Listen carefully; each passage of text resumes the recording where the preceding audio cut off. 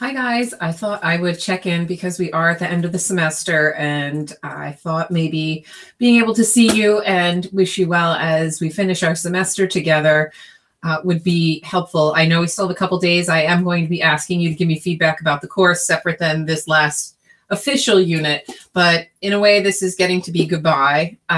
So as we were talking about death and dying and the related issue of saying goodbye, in some ways we are also saying goodbye because I teach counseling skills and human development, and we've done both together and now we'll be finishing up together. So I am terrible at goodbyes, something that I continue to work on, and I will see you at next residency, but I will not be your instructor probably for the rest of the time that you are at Seton Hall.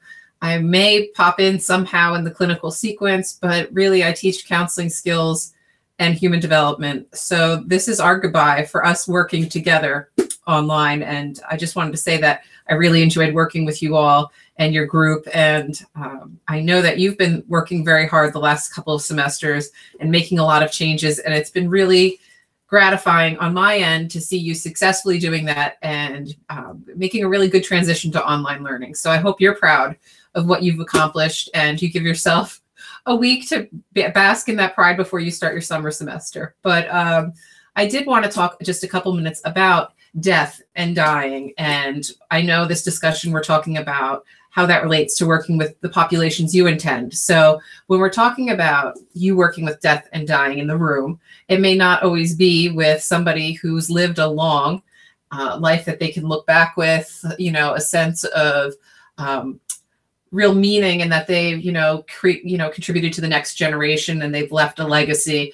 When we're working with someone who's much younger, there can be a lot of loose ends, obviously, when they haven't had a chance to really have intimate relationships, a family of their own that will carry, memories of them on and, future generations. So there are lots of issues that come up and many issues that our younger clients may not even think about. It may be more so that their families are thinking about the things that he or she, will not be there for and will miss. But I love to read, so I wanted to bring your attention to a couple of books that I thought might be useful for your summer reading. If it's something that you want to explore further, certainly these are not books that I read right before bed. I tried because I really got into this one, but not good before bed reading, especially if you have an anxious mind. But good reads nonetheless, especially to really get into the mindset and the emotional world of somebody who is experiencing the prospect of their own death. These two books that I'm going to mention to you are with individuals who are probably in early adulthood or up to middle adulthood, doing the developmental tasks of parenting, establishing one's career and, proceeding in their career. So this first book, which is a current release of a newer release. In fact, I only have it for 14 days, hence my plowing through it, but it's also just, it's riveting. This is by Kate Bowler. It's called Everything Happens for a Reason and Other Lies I've Loved. So Kate is herself 35 when she writes this book. She's married and she has a newborn son. And then she's diagnosed with stage 4 colon cancer. So this book talks about her experiences physically, emotionally, diagnosis through living with, later stage cancer. And as I was reading, she has a list and a couple appendices including what to say and do and what not to do.